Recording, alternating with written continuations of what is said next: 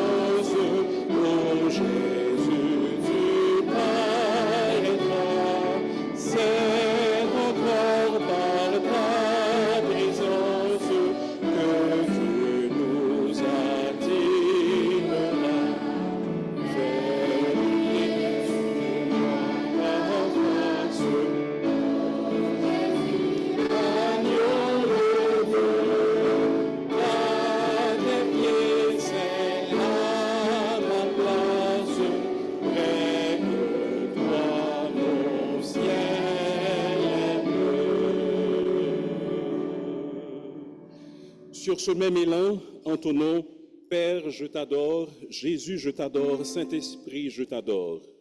Adorons le Dieu trois fois saint.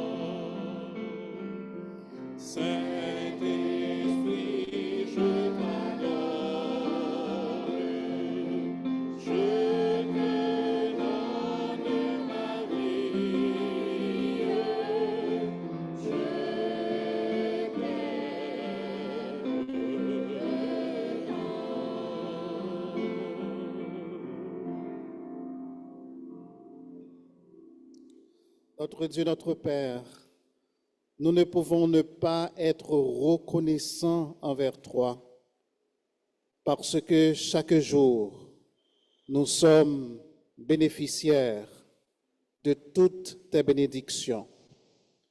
Le fait que nous soyons présents ce matin, c'est une preuve que tu es avec nous. Merci Seigneur pour cette semaine au cours de laquelle tu as été avec nous dans nos différents parcours. Tu avais les yeux sur nous, Seigneur. Merci pour la sécurité et merci surtout, Seigneur, pour le privilège que nous avons ce matin d'être en ta présence. Merci pour le privilège de te servir et de te louer.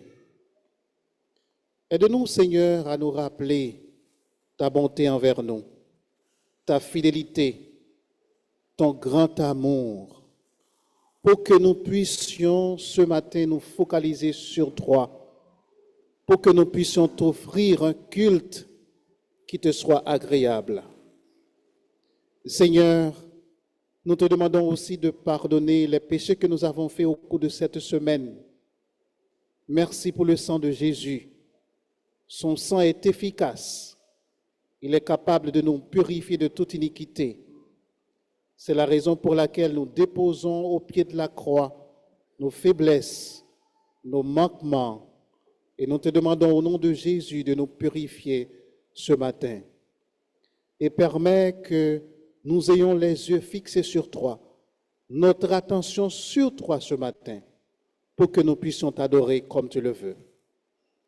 Seigneur, nous avons certains d'entre nous qui sont attristés, qui ont besoin d'une parole d'encouragement. Certains d'entre nous sont découragés, nous avons besoin d'entendre ta voix, Seigneur. S'il te plaît, parle-nous et permets que nous soyons disposés à écouter ta voix. Que ton nom soit béni au cours de ce culte d'adoration. Nous te demandons cela au nom de Jésus, ton Fils, lui qui vit et qui règne au siècle des siècles. Amen. Nous allons lire de manière alternative en Matthieu chapitre 24, du verset 36 au verset 44. Matthieu 24, verset 36 à 44, de manière alternative. Pour ce qui est du jour et de l'heure, personne ne le sait, ni les anges des cieux, ni le Fils, mais le Père seul.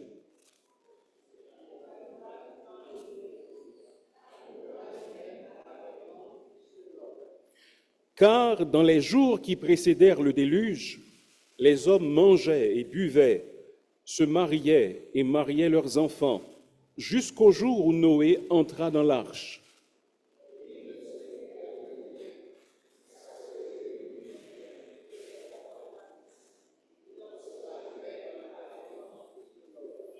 Alors deux hommes qui seront dans un champ, l'un sera pris et l'autre laissé.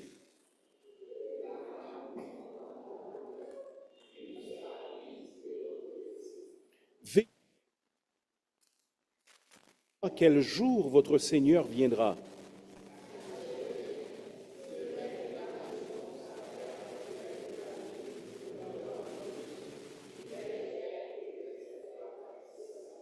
Ensemble, c'est pourquoi vous aussi, tenez-vous prêts, car le Fils de l'homme viendra à l'heure où vous n'y penserez pas. Amen. Restons dans cette même position et entonnons « Cœur des bienheureux, célestes armées ». Chantez « Voici l'enfant perdu ».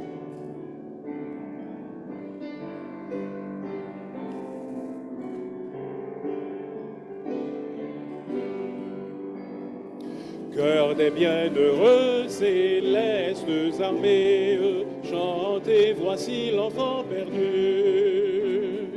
Les portes du ciel ne sont plus fermées, il revient le Fils attendu. Gloire, gloire à Dieu dans les hauts cieux, quels doux accords retentissent. Que nos voix s'unissent à ces cœurs joyeux. Gloire, gloire à Dieu dans les hauts cieux. J'ai trouvé mon Fils, dit le tendre Père, en l'embrassant avec amour. De manteau royal couvrait sa misère, et que tout chante en son retour. Gloire à Dieu dans les hauts cieux. Que nous accords retentissent, que nos chants s'unissent à ces chants joyeux. Gloire à Dieu dans les hauts cieux. Frères, accourez au Dieu qui vous aime, debout encore sur le ciel. Il vous fait entendre un appel suprême, il vous réserve nos accueils.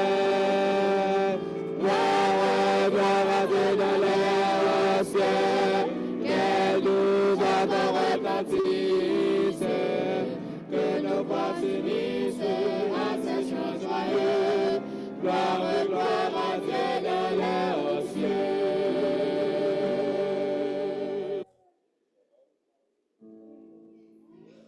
Chantons ce beau cantique à la gloire de notre Seigneur. Ô grâce merveilleuse.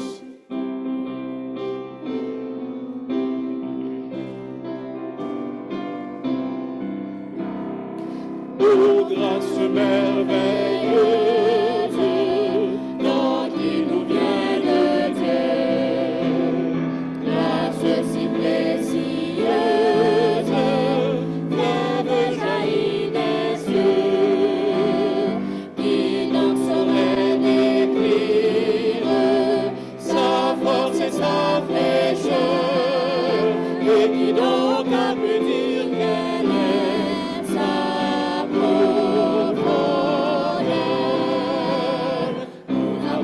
sa sujet de gloire, c'est la sainte voix divin sauveur. La grâce est puissante, toute suffisante, et nos enlevant plus que les cœurs. Plus touchant que l'hymne des archanges, elle chante comme les élus. Venez chrétiens qui éclatent vos louanges, gloire à Jésus. Sans faute nous donne le vrai repos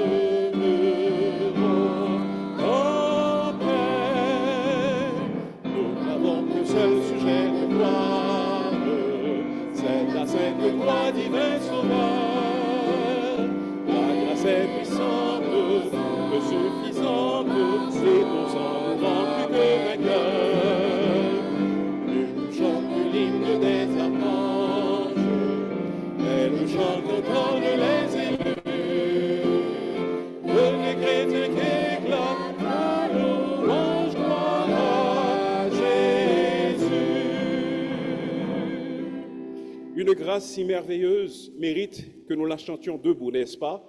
C'est par la grâce que vous êtes sauvés par le moyen de la foi. Entonnons la dernière strophe. Grâce sans fond ni rive, plus vaste que la mer. Ensemble. Grâce sans fond ni rive, plus vaste que la mer. Source dont les eaux vives coulent en plein désert. Par ce courant de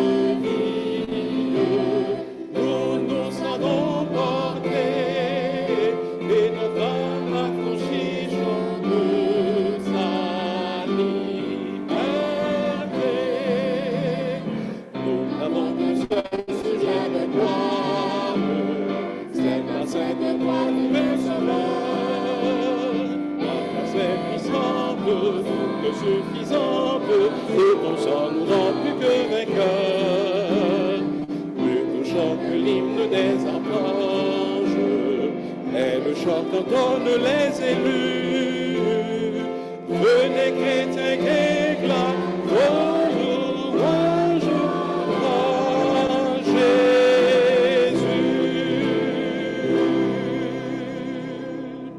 Amen.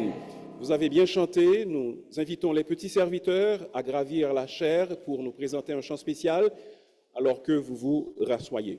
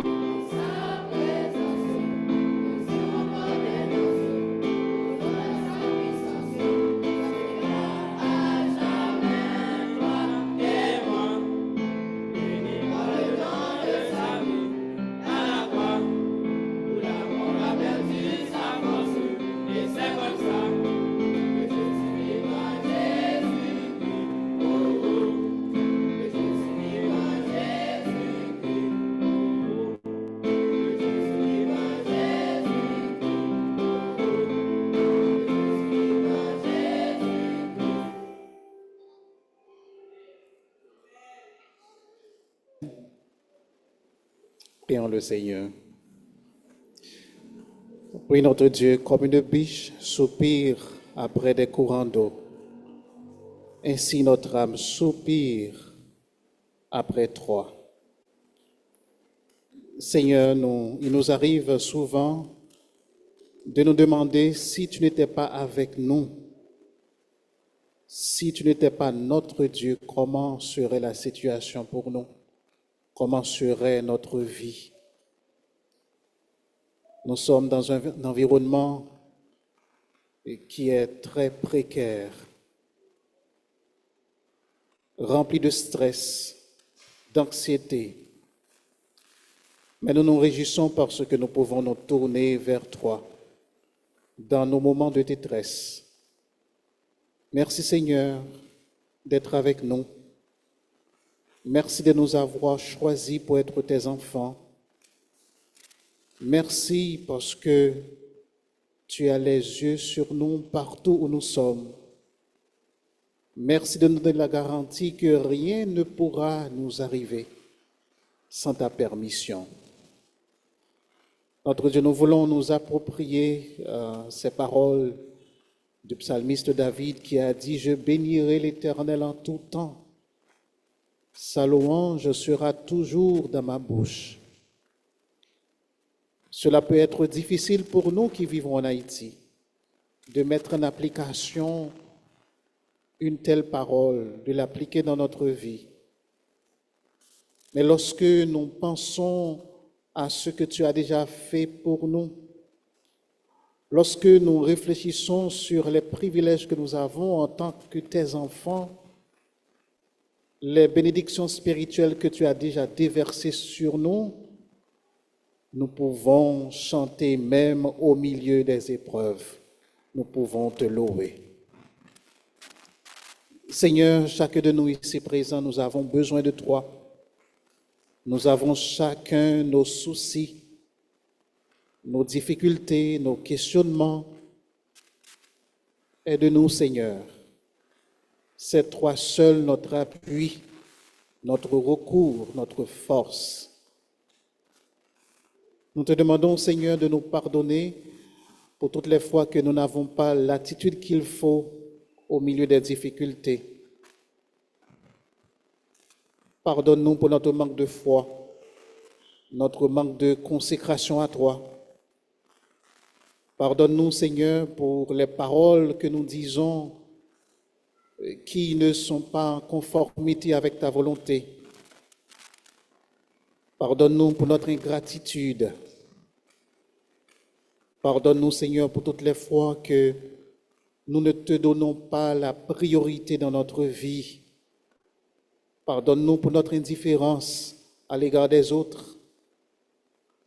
Aide-nous, Seigneur, à vivre pour toi dans la sainteté, dans la sanctification, à mener une vie de foi.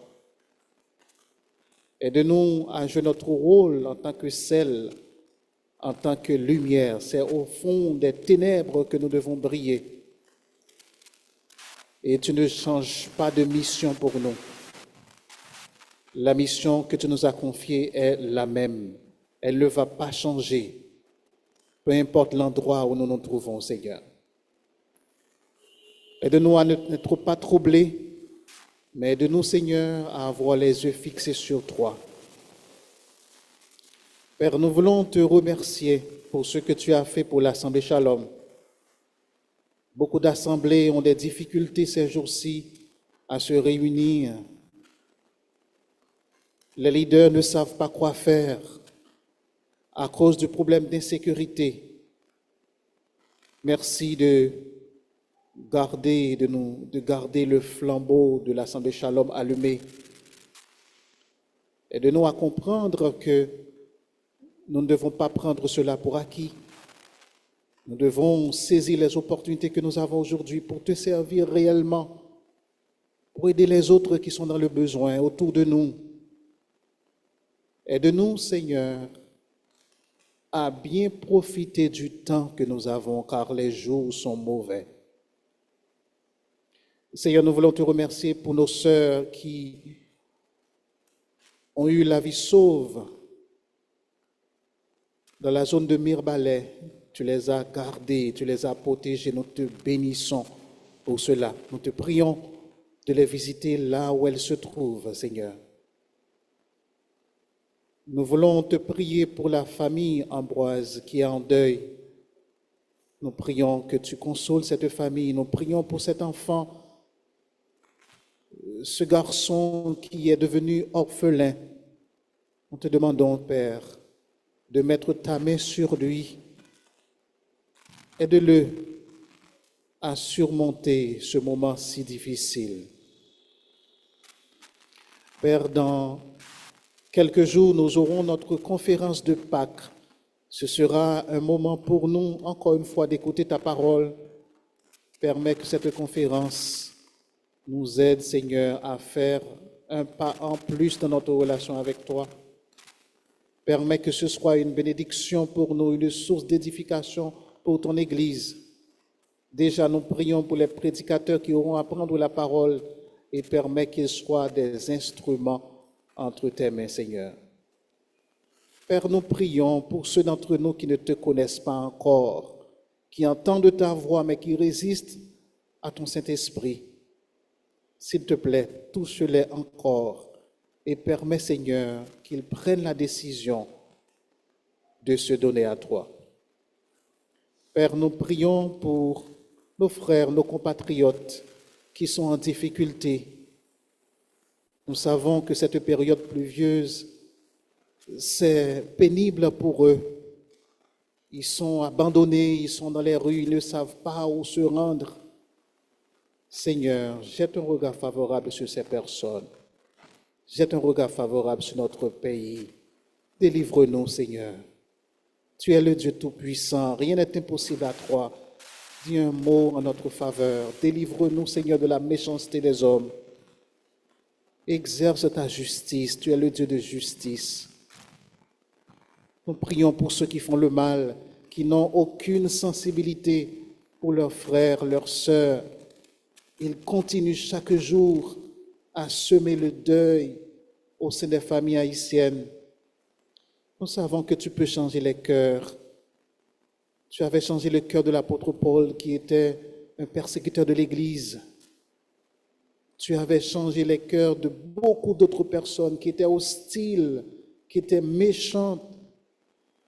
Mais nous savons aussi que tu peux continuer à transformer les cœurs de ces personnes pour qu'elles renoncent au mal, pour que nous puissions jouir d'une paix durable au sein de notre pays. Nous te remettons les dirigeants, accorde-les la sagesse, la sensibilité, permets qu'ils voient la misère de ce peuple et qu'ils prennent des décisions pour l'aider à sortir de la misère, de la pauvreté. Quant à nous qui sommes chrétiens, aide-nous, Seigneur, à garder la foi. Aide-nous, Seigneur, pendant que la situation empire, que nous continuions à évangéliser, que nous continuions à être un témoignage vivant au sein de notre communauté et que les gens puissent voir la puissance de l'Évangile dans notre vie. Père, dans quelques instants, nous aurons à écouter ta parole. Prépare-nous à la recevoir, mais aide-nous aussi à être prêts à l'appliquer dans notre vie. Nous comptons sur toi, Seigneur. Écoute nos cris, écoute nos prières. Souviens-toi de nous, Seigneur, car nous te demandons ces choses, non en fonction de nos mérites, mais au nom de Jésus, à qui revienne la gloire, la puissance, au siècle des siècles. Amen. C'est 1 à 10. Je vous fais la lecture. Voyez quel amour le Père nous a témoigné pour que nous soyons appelés enfants de Dieu. Et nous le sommes. Si le monde ne nous connaît pas, c'est qu'il ne l'a pas connu. Bien-aimés, nous sommes maintenant enfants de Dieu, et ce que nous serons n'a pas encore été manifesté. Mais nous savons que lorsqu'il paraîtra, nous serons semblables à lui, parce que nous le verrons tel qu'il est. Quiconque a cette espérance en lui se purifie comme lui-même est pur. Quiconque pratique le péché transgresse la loi, et le péché est la transgression de la loi. Or, vous le savez, Jésus a apparu pour ôter les péchés, et il n'y a point en lui de péché. Quiconque demeure en lui ne pratique pas le péché. Quiconque pratique le péché ne l'a pas vu et ne l'a pas connu. Petits enfants, que personne ne vous séduise. Celui qui pratique la justice est juste, comme lui-même est juste. Celui qui pratique le péché est du diable, car le diable pêche dès le commencement. Le Fils de Dieu a paru afin de détruire les œuvres du diable. Quiconque est né de Dieu ne pratique pas le péché, parce que la semence de Dieu demeure en lui, et il ne peut pécher parce qu'il est né de Dieu. C'est par là que se font reconnaître les enfants de Dieu et les enfants du diable. Quiconque ne pratique pas la justice n'est pas de Dieu, ni celui qui n'aime pas son frère. Parole du Seigneur. Avant d'écouter la prédication de la parole de Dieu, ce matin, nous allons nous mettre debout pour entonner les paroles du cantique « Ouvrez-vous, porte du tombeau ». Mais après la première strophe et le refrain, j'aurai quelques mots à vous adresser. Après la première strophe et le refrain.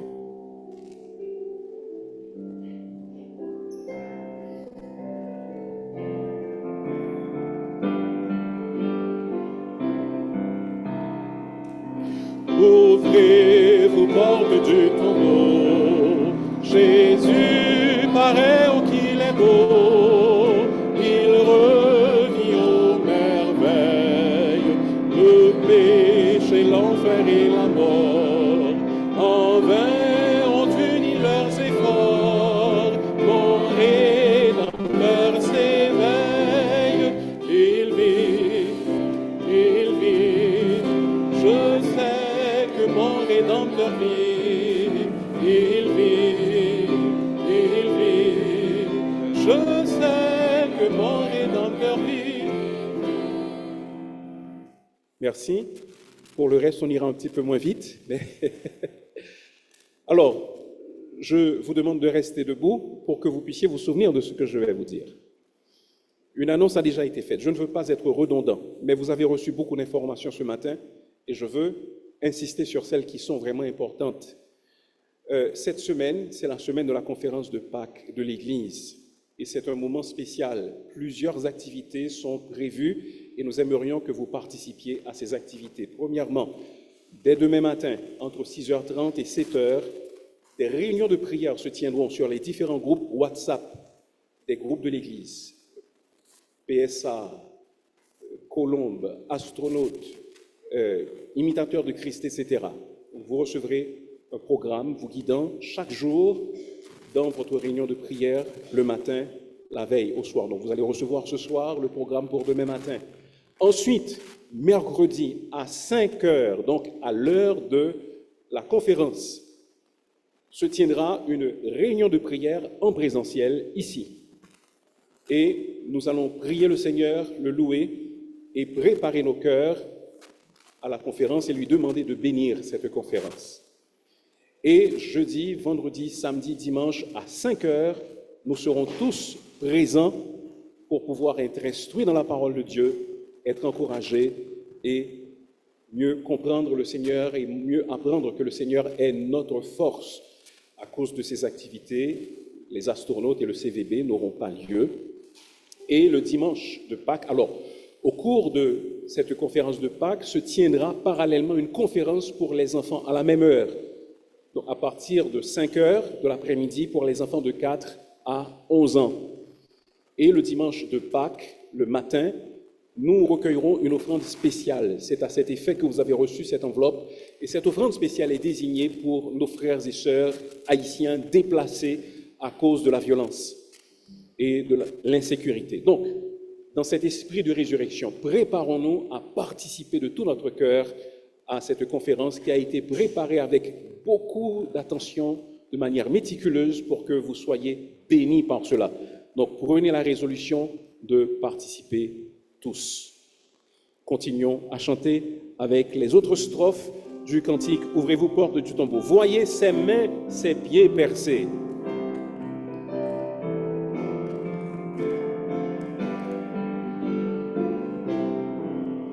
Voyez ses mains, ses pieds percés, et les stigmates qu'on laissait, le fouet, le fer, l'épine, c'est pour moi qu'il a tant souffert.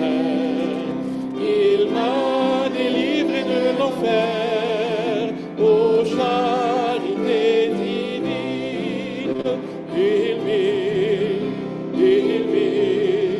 je Rédempteur vit, il vit, il vit.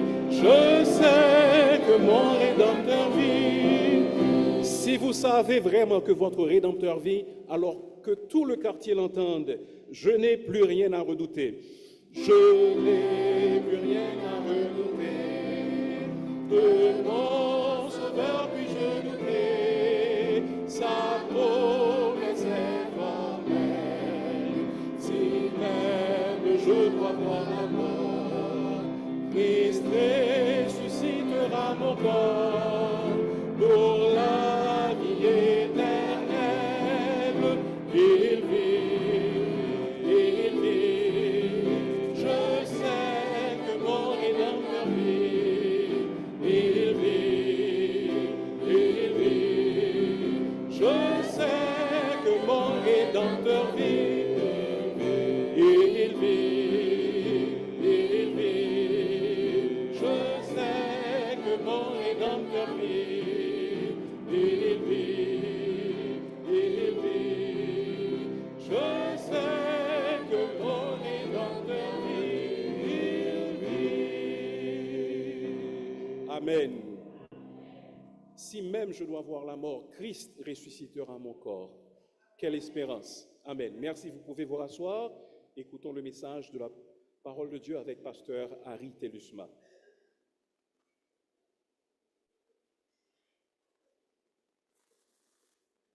Bonjour, encore une fois. Ah, vous ne voulez pas me répondre, hein? Bonjour. Bon, j'allais partir et laisser tomber le message. Qu'est-ce que vous en dites? Ah, je vois, il y a des gens qui font comme ça. Nous bénissons le Seigneur pour la vie qu'il nous donne. Et ce matin, je vais vous lire un seul verset. C'est un verset que vous connaissez. Je pourrais même vous demander de le réciter. Romains 12, 12. Romains 12, 12. Okay. Bon, vous allez voir que vous le connaissez.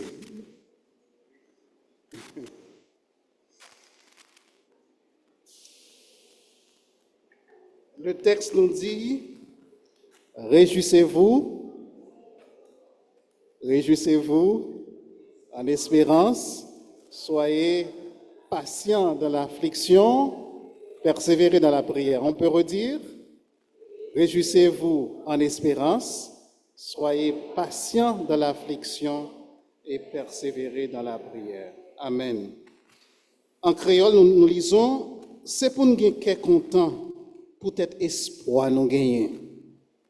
Dans l'affliction, c'est pour nous gagner patience. C'est pour nous toujours rester dans la prière. Amen. Je voudrais commencer ma réflexion ce matin avec une citation que j'avais déjà partagée avec vous. C'est une citation de Viktor Frankl qui a écrit le livre Men's Search for Meaning. Il a dit, les forces qui échappent à notre contrôle peuvent emporter tout ce que les forces qui échappent à votre contrôle peuvent emporter tout ce que vous possédez, à l'exception d'une seule chose, votre liberté de choisir la manière dont vous réagirez face à la situation. Vous ne pouvez pas toujours contrôler ce qui vous arrive dans la vie, mais vous pouvez contrôler votre sentiment et votre réaction quand quelque chose vous arrive. Nous connaissons tous des situations difficiles dans notre vie. Et cela ne va pas changer aussi longtemps que nous vivrons sur cette terre. Mais beaucoup de ces situations échappent, comme l'auteur vient de le dire, à notre contrôle. Par exemple, quelqu'un qui est né avec un handicap la mort d'un être cher suite à un accident, à une maladie, la perte de sa maison, de ses biens à cause du problème d'insécurité, ne pas pouvoir enfanter à cause d'un problème de santé quelconque. Ces choses échappent à notre contrôle. Mais si d'un côté, nous ne pouvons pas toujours éviter et contrôler tous les événements malheureux qui se produisent dans notre vie, d'un autre côté, nous pouvons contrôler l'attitude à avoir au sein de ces situations difficiles. Dans les difficultés, il y a au moins deux attitudes possibles que nous pouvons afficher. Faire preuve de résilience ou nous résigner. Ce n'est pas la même chose. La résilience, c'est quoi? C'est la capacité à s'étirer comme un élastique en réponse à la pression et aux contraintes de la vie. En cas de crise, la résilience se définit comme la capacité à rebondir pour retrouver un niveau de fonctionnement égal ou supérieur à celui d'avant la crise. La résilience signifie prospérer dans des conditions défavorables. En d'autres termes, préserver sa santé physique et émotionnelle et son esprit pour vivre sa vie avec joie. Ce sont des citations de Dr. Pauline Boss qui a écrit le livre Lost Trauma and Resilience. Mais qu'en est-il de la résignation? Lorsque nous pensons à la résignation, nous voyons quoi? Le mot évoque l'idée de fatalité, n'est-ce pas? La passivité, l'inaction, le désespoir. Laissez-moi vous dire que la Bible ne nous enseigne pas la résignation. Elle nous enseigne la résilience. Je pourrais citer des textes qui nous encouragent à mener une vie résiliente. Je vais citer un seul texte. 1 Corinthiens chapitre 15, verset 58, qui nous dit quoi? Ainsi, mes frères bien-aimés, soyez fermes, inébranlables, travaillant de mieux en mieux à l'œuvre du Seigneur, sachant que votre travail ne sera pas vain dans le Seigneur. C'est un texte qui nous invite à être résilients. Soyez fermes, soyez inébranlables. La Bible nous enseigne, nous en tant qu'enfants de Dieu, à être résilients. Il y a la résilience, il y a la résignation. Laquelle des deux le chrétien doit adopter? La résilience. Donc, ma réflexion va se tourner autour de cette vérité. Le chrétien doit faire preuve de résilience lorsqu'il fait face à des situations difficiles. Vous et moi, nous allons faire face à des situations difficiles. C'est inévitable. Mais l'attitude que nous devrions avoir au sein de ces situations difficiles, c'est d'être résilients. Et c'est ce que nous enseigne la parole de Dieu. Nous trouvons dans le texte que nous venons de lire, à savoir Romains chapitre 12, le verset 12, des exhortations qui peuvent nous aider à rester résilients au milieu des épreuves. Essayons de découvrir, frères et sœurs, ce que ce texte nous enseigne au sujet de la résilience, ce que nous pouvons faire pour rester résilients. La première chose qui nous attire l'attention dans le texte, la première chose, c'est la réjouissance en espérance. Que nous dit le texte? Réjouissez-vous en espérance. Le texte créole nous dit, c'est pour nous être content pour cet espoir nous gagner. Se réjouir, c'est vivre dans la joie. Quelqu'un ne peut pas être résilient, un chrétien ne peut pas être résilient s'il n'est pas joyeux. Il ne peut pas être résilient s'il n'a pas quelque chose auquel il s'accroche et qui est une source de joie pour lui. Paul n'a pas dit aux chrétiens, réjouissez-vous parce que vous êtes riches, vous possédez des biens, vous avez un statut social élevé, vous occupez une position élevée dans la société qui vous procure un certain nombre de privilèges. Réjouissez-vous à des moments spécifiques, à des périodes spécifiques dans votre vie. Ce n'est pas ce que dit le texte. Réjouissez-vous en espérance. Vous savez, cela m'étonne toujours lorsque je lis des statistiques concernant les pays développés, industrialisés. Voici ce que j'ai trouvé comme information sur le taux de suicide en France et aux États-Unis. En 2022, 2275 femmes et 6925 hommes en France se sont suicidés. Aux États-Unis, en 2023, 49 000 cas de suicide sont enregistrés, soit une personne chaque 11 minutes. Aux États-Unis. OK? Des gens riches, des gens issus de familles aisées, des pays très développés, mettent fin à leur vie. Mais s'ils vivaient constamment en joie à cause des richesses qu'ils ont, mais comment se fait-il qu'ils parviennent à une décision, celle de mettre fin à leur vie?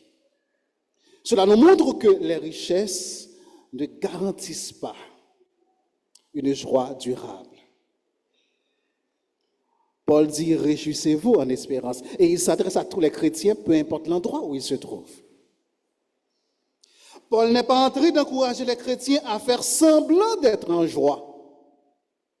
Il n'est pas en train de demander aux chrétiens de faire quelque chose qui est impossible. C'est possible de nous réjouir, mes chers amis, que nous soyons en Haïti, que nous soyons ailleurs, nous pouvons nous réjouir en tant que chrétiens. Est-ce que vous le croyez? Alors, ce qui est intéressant dans le texte, c'est que l'apôtre fait une connexion entre la réjouissance du chrétien et croire. Dites-moi, vous êtes avec moi? Et croire. Réjouissez-vous en espérance. Il fait une connexion entre la réjouissance du chrétien et quoi? Et son espérance. Réjouissez-vous en espérance. C'est pour nous gagner content, pour être espoir de gagner. C'est comme s'il disait, pour que vous soyez constamment dans la joie, chers chrétiens, fixez vos regards sur l'espérance que vous avez. Donc l'espérance est le carburant qui tient la lampe de votre joie allumée en tant que chrétien. C'est l'énergie qui alimente notre joie. L'espérance est la base de la joie du chrétien. Réjouissez-vous en espérance, mais attention, réjouissez-vous pas en vous focalisant sur ce que vous avez sur cette terre, mais c'est en espérance que vous devez vous réjouir. Alors cela me pousse à réfléchir lorsque je lis le texte. Je me suis dit, mais il faut que nous prenions le temps d'explorer l'espérance, de comprendre l'espérance, de l'importance de ce concept chrétien qu'est l'espérance. Et nous allons faire cela brièvement. Alors, une question que vous pouvez vous poser, mais ok, et l'espérance de quoi? À quoi est associée l'espérance du chrétien pour qu'il soit en mesure de se réjouir en espérance? Eh bien, l'espérance du chrétien prend en compte plusieurs choses, mes chers amis. Ça prend en compte le retour de notre Seigneur Jésus-Christ. Il reviendra nous chercher. Jésus a dit en Jean 14, verset 2, « Il y a plusieurs demeures dans la maison de mon Père. Si cela n'était pas, je vous l'aurais dit. Je vais vous préparer une place. Et lorsque je m'en serai allé et que je vous aurai préparé une place, je reviendrai et je vous prendrai avec moi, afin que là où je suis, vous y soyez aussi. » Jésus a fait la promesse et il l'accomplira. Donc notre espérance a rapport avec le retour de notre Seigneur Jésus-Christ. Une deuxième chose, c'est que notre espérance est associée aux récompenses que nous aurons dans les cieux, nous qui travaillons pour le Seigneur. Jésus a dit en Matthieu 5, versets 11 et 12, « Heureux serez-vous lorsque l'on vous outragera, qu'on vous persécutera et qu'on vous dira faussement de vous toutes sortes de mal à cause de moi. Réjouissez-vous et soyez dans l'allégresse, parce que votre récompense sera grande dans les cieux. » Vous êtes avec moi? Votre récompense sera grande dans les cieux. Donc l'espérance a rapport avec quoi? Avec les récompenses que nous aurons dans les cieux. Donc si vous travaillez pour le Seigneur, votre travail n'est pas en vain. Dieu réserve un jour pour vous récompenser.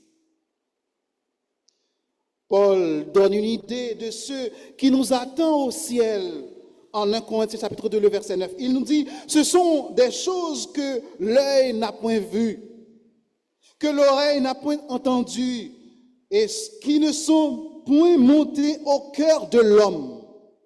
Des choses que Dieu a préparées pour ceux qui l'aiment. Lorsque vous lisez ce texte, vous pouvez vous réjouir, n'est-ce pas? Ce que le Seigneur nous réserve. L'espérance est associée au retour de Christ. L'espérance est associée aux récompenses que nous aurons dans les cieux. L'espérance est aussi associée à la délivrance du péché. Nous vivons dans un corps de péché. Nous avons la nature pécheresse en nous. Vous savez, un jour nous serons délivrés de ce corps de péché. Lorsque nous plaçons notre foi en Jésus-Christ, nous sommes sauvés, nous sommes libérés de la puissance du péché. Le péché n'a pas de puissance sur nous. Mais nous ne sommes pas encore libérés de la présence du péché.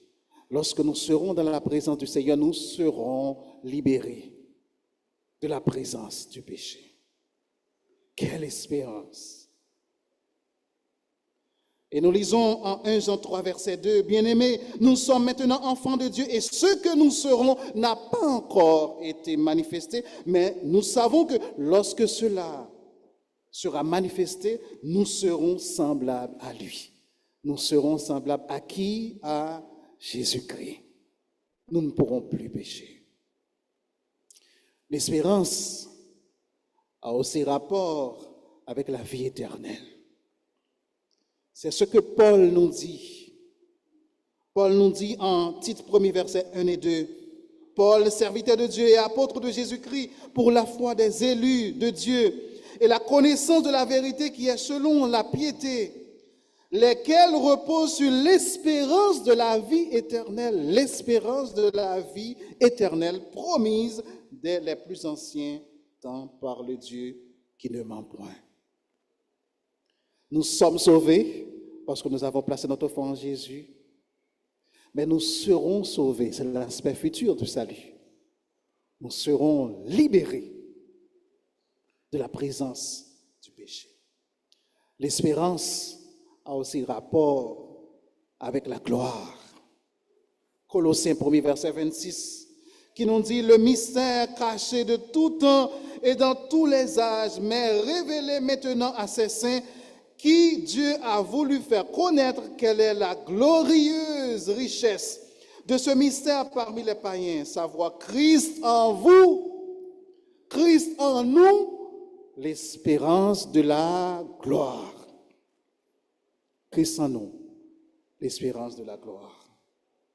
Donc, lorsque Paul dit « Réjouissez-vous en espérance », il nous dit la joie que nous allons expérimenter lorsque nous serons dans la présence de Dieu. Commençons à exprimer cette joie maintenant. Commençons à l'expérimenter maintenant. Réjouissez-vous en espérance. Vous voyez, nous pouvons nous réjouir. Le chrétien peut-il se réjouir malgré les difficultés selon ce que nous venons de lire? Oui, c'est possible. Nous pouvons nous réjouir, frères et sœurs. Et nous devons changer notre standard de joie. Notre joie doit aller au-delà de ce que nous avons sur cette terre. Si vous placez votre joie en ce que vous avez sur cette terre, c'est une joie qui est éphémère. Nous devons placer notre joie. La base de notre joie doit être notre espérance.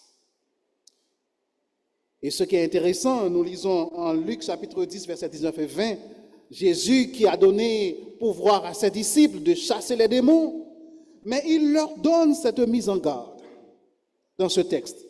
Il dit, cependant, ne vous réjouissez pas de ce que les esprits vous sont soumis, mais réjouissez-vous de ce que vos noms sont écrits dans le livre de vie, sont écrits dans les cieux.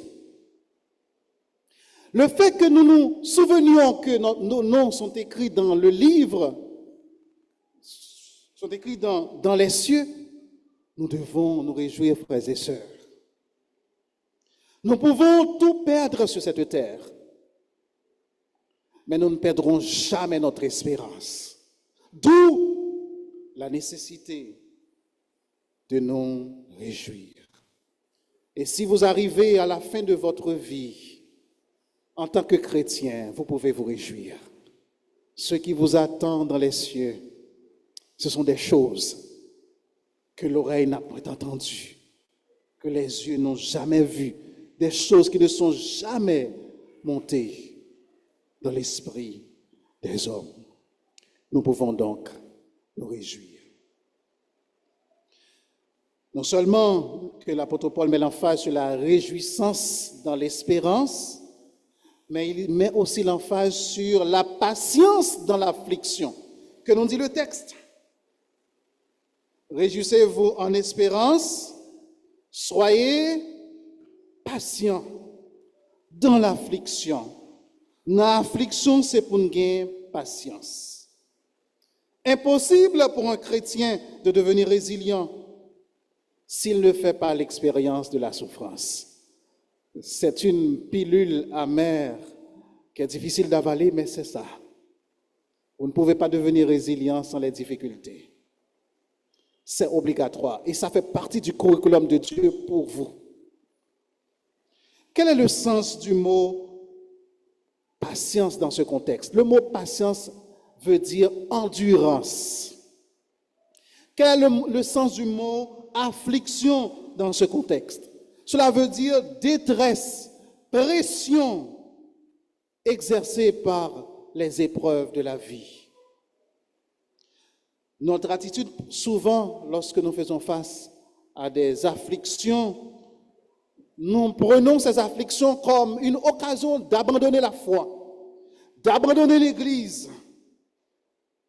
Nous prenons ces afflictions comme un prétexte de renoncer à nos convictions chrétiennes. Paul dit, au milieu des afflictions, qu'est-ce qu'il nous faut? C'est l'endurance. L'endurance. Remarquez, Paul ne dit pas, soyez patients quand il n'y a pas d'affliction, mais soyez patients dans l'affliction. Cela veut dire que vous allez faire face à des afflictions. Mais quelle attitude qu'il faut avoir dans les afflictions, c'est la patience, c'est l'endurance. Et vous savez, il y a une raison qui doit nous pousser à faire preuve d'endurance au sein de l'affliction. Regardez ce que Paul dit en Romains chapitre 5, le verset 3 et le verset 4. Bien plus, nous nous glorifions même des afflictions, sachant que l'affliction produit la persévérance. Vous voyez l'importance de l'affliction? L'affliction produit quoi? La persévérance, la victoire dans les épreuves. Et cette victoire, l'espérance. Donc, lorsque nous sommes dans l'affliction, cela va développer en nous la persévérance et l'endurance. C'est intéressant. L'affliction produit l'endurance. Or, lorsque nous sommes dans l'affliction, nous devons faire preuve d'endurance. C'est extraordinaire. Mes chers amis, nous allons connaître l'affliction dans notre vie. Et nous devons faire preuve d'endurance. Et une autre raison pour laquelle nous devons faire preuve d'endurance, c'est que le malin cherche à utiliser nos afflictions pour nous pousser à la chute. C'est ce qu'il fait, c'est son travail. Il avait envoyé la femme de Potiphar pour pousser Joseph à la chute au moment de ses afflictions. Et comment Joseph a-t-il réagi? Il a résisté. Il n'a pas cédé. Le malin s'est servi de la femme de Job pour pousser Job à la chute. Et voici ce que nous lisons en Job chapitre 2, versets 9 et 10.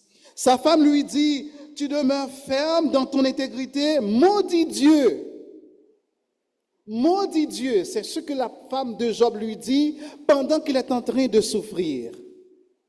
Mais ce langage vient du malin. Et comment est-ce que Job comment est-ce qu'il a réagi?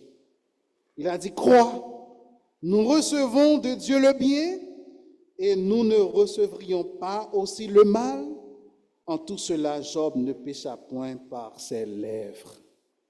Mes chers amis, rappelons-nous que nous devons faire preuve d'endurance au milieu des afflictions. L'endurance produit la persévérance. Rappelons-nous que le malin peut se servir des afflictions pour nous pousser à la chute. Faisons preuve d'endurance dans les épreuves. Dieu compte sur chacun de nous pour avoir l'attitude qu'il faut au milieu des afflictions. Restons attachés à lui. Ne régnons pas la foi. N'abandonnons pas notre assemblée au sein des afflictions. Faisons preuve de fidélité, d'endurance lorsque nous faisons face à l'affliction. Gardons nos valeurs et nos convictions chrétiennes fermes au milieu des afflictions, comme Joseph l'avait fait et comme Job l'avait fait. Au sein des afflictions, la patience, cela veut dire l'endurance. Une troisième chose dans le texte qui peut nous aider à rester résilients, c'est la persévérance dans la prière. Que nous dit le texte? Persévérer dans la prière. Le texte créole nous dit, c'est pour nous toujours être dans la prière. Persévérance dans la prière, cela dénote l'idée de constance, de continuité. La prière doit être un mode de vie pour le chrétien. Cela doit faire partie du quotidien du chrétien. Un chrétien ne peut pas devenir résilient s'il ne persévère pas dans la prière.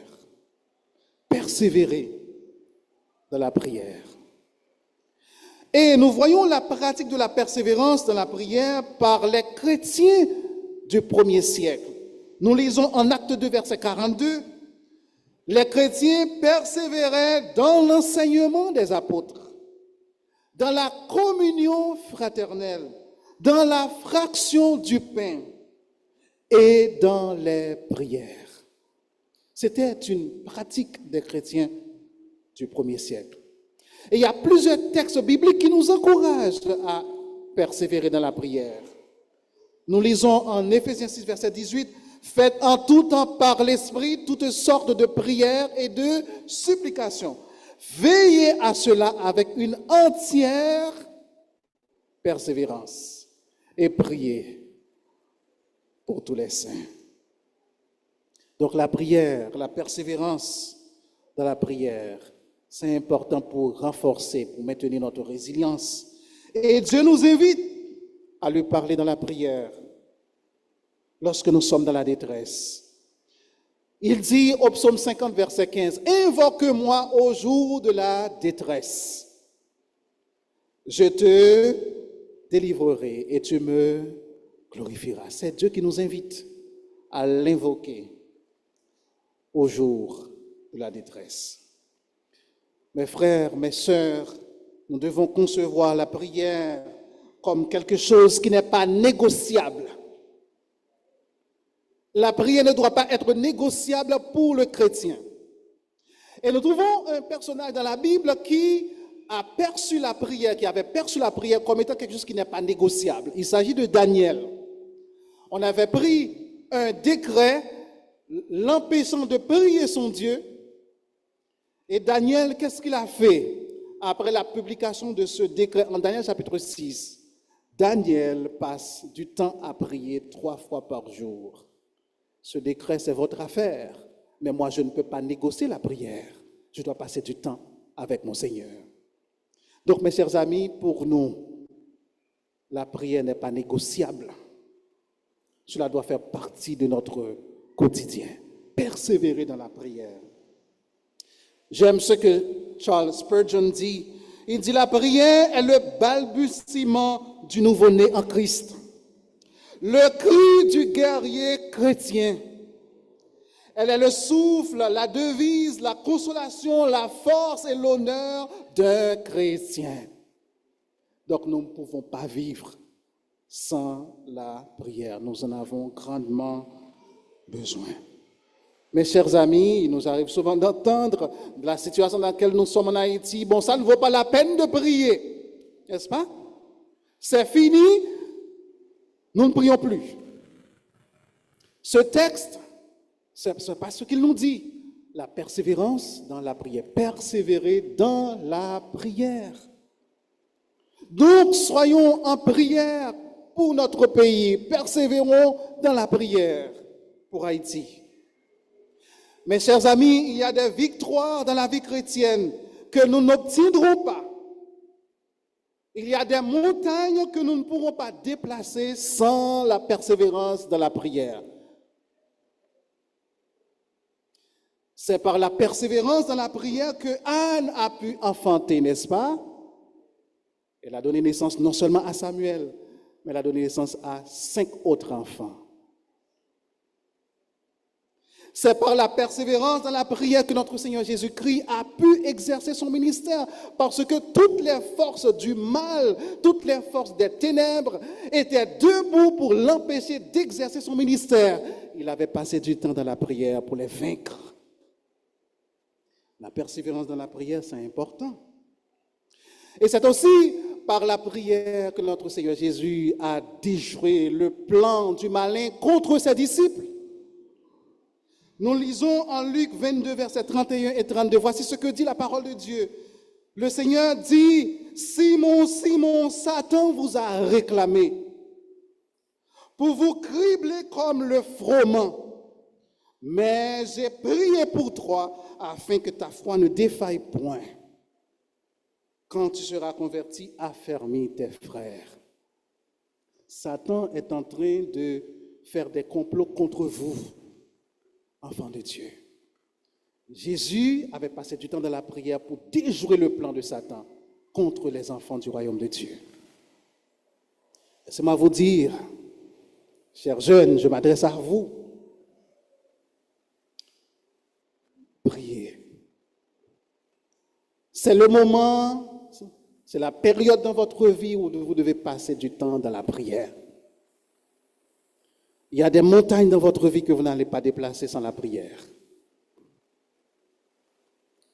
Il y a des péchés dans votre vie, pour les surmonter, vous devez passer du temps dans la prière. Vous ne pourrez pas les renverser de par votre propre force. Jeunes, adultes, enfants, persévérons dans la prière pour vaincre la tentation, pour avoir la force d'avancer dans notre vie chrétienne. Persévérez dans la prière. Le malin a un plan macabre pour vous. L'un des moyens de déjouer ce plan, c'est de persévérer dans la prière. Ou essayer en pile bagarre, ou pas en pile initiative, mais ou échouer de temps en temps. Tout ça fait l'échec. Il se pourrait que ce soit le malin qui est derrière tout ça. Donc, persévérez dans la prière. Priez individuellement, priez collectivement. Rejoignez des groupes de prière pour que vous soyez dans la prière, pour que vous persévériez dans la prière. Dans vos moments d'incertitude, de doute, de questionnement, de détresse, une chose que nous devons faire, c'est que nous devons persévérer dans la prière. Je termine ma réflexion en vous rappelant ceci. Le chrétien doit faire preuve de résilience lorsqu'il fait face à des situations difficiles. Ce que le texte nous a appris ce matin, c'est que pour rester résilient en tant que chrétien, nous devons faire 3 choses. De nous, premièrement, nous réjouir en espérance. N'oubliez pas cet aspect, c'est en espérance qu'il faut se réjouir. Nous devons être patients dans l'affliction, faire preuve d'endurance. Nous devons persévérer dans la prière. Horatio Gate Spafford, j'espère avoir bien prononcé ça, était un éminent avocat américain, un leader de l'Église presbytérienne. Cet homme a perdu tous ses biens dans un incident qui s'est déclaré à Chicago.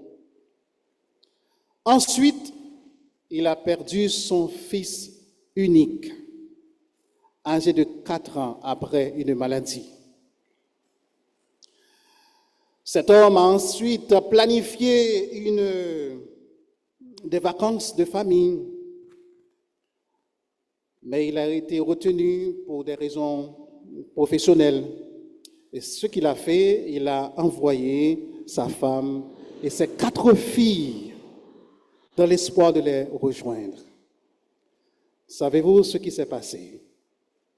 Le bateau qui transportait la famille de cet homme a fait naufrage. Il a perdu ses 4 filles.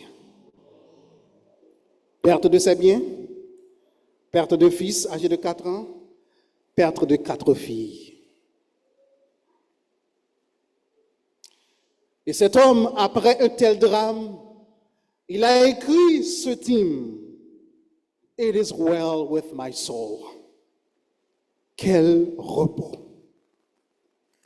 Quel repos céleste, Jésus, d'être à 3. À 3 pour la mort et la vie. Dans les jours mauvais, de chanter avec foi. Tout est bien.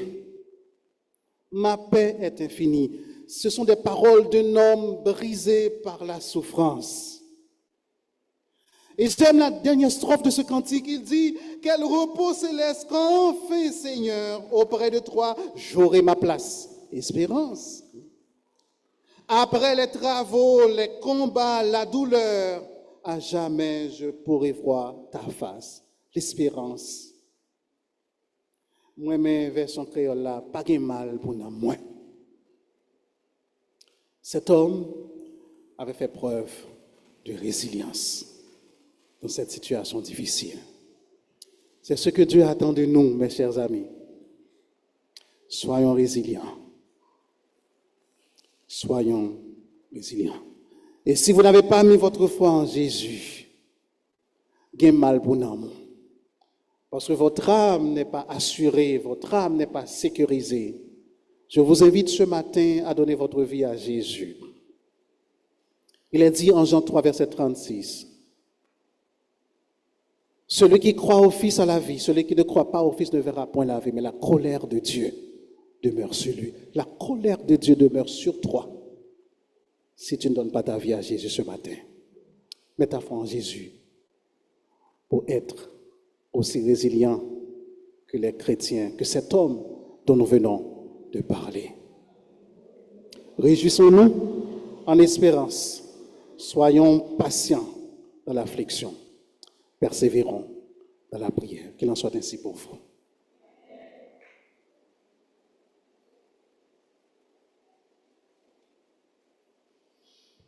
L'Assemblée est invitée à se mettre debout. Nous allons chanter les paroles du cantique « Voir mon Sauveur face à face » pour mettre fin à notre service de ce matin. Notre espérance, c'est de voir le Seigneur Jésus face à face.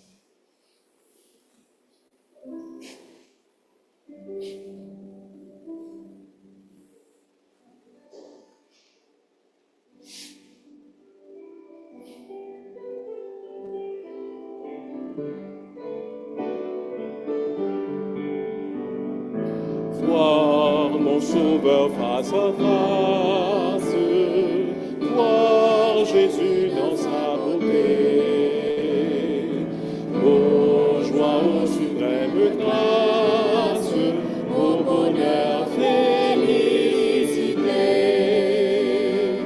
Oui, dans ta magnificence, je te verrai divin roi.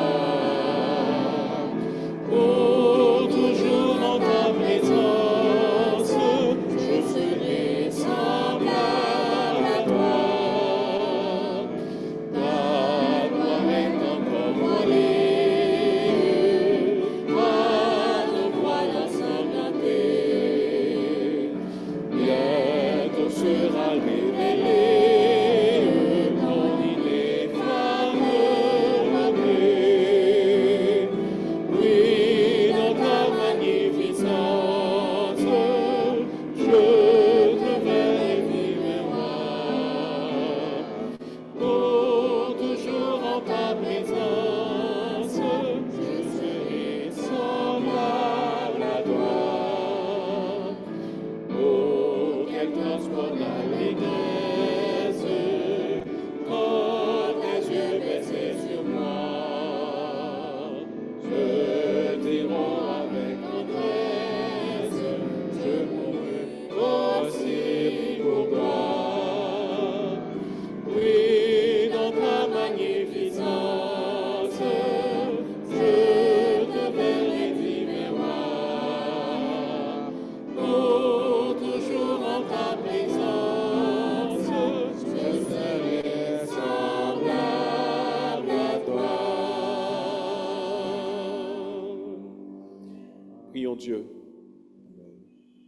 Notre Père, merci pour l'espérance que tu nous donnes. Merci pour l'assurance de la venue imminente de notre Seigneur Jésus-Christ.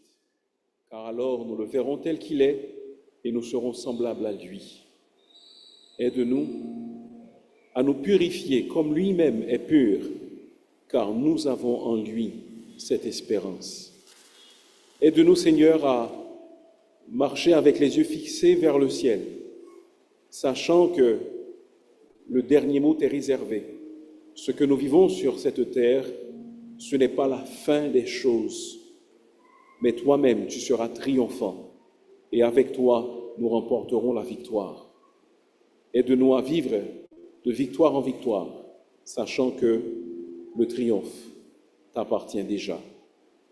Sois avec nous, Seigneur, bénis-nous dans les moments que nous allons passer bientôt, tout à l'heure, en tant que corps, membres de cette assemblée. Déjà, nous réclamons la bénédiction de cette réunion et nous prions également que tu nous accompagnes au cours de cette semaine, que tu nous entoures de ta protection, que tu interviennes pour nos frères et sœurs dans notre pays qui sont aux abois. Tends-leur une main secourable, Seigneur, et améliore leur situation. Nous réclamons ces choses, non que nous en soyons dignes, mais parce que nous te prions au nom de notre Seigneur Jésus. Que la grâce, de notre Seigneur Jésus-Christ, que l'amour de Dieu notre Père et que la douce et intime communion du Saint-Esprit soit et demeure sur chacun de nous dès maintenant et pour toujours. Amen. Nous serons à la porte pour vous saluer, les membres. Souvenez-vous que tout de suite après, nous allons tenir une réunion.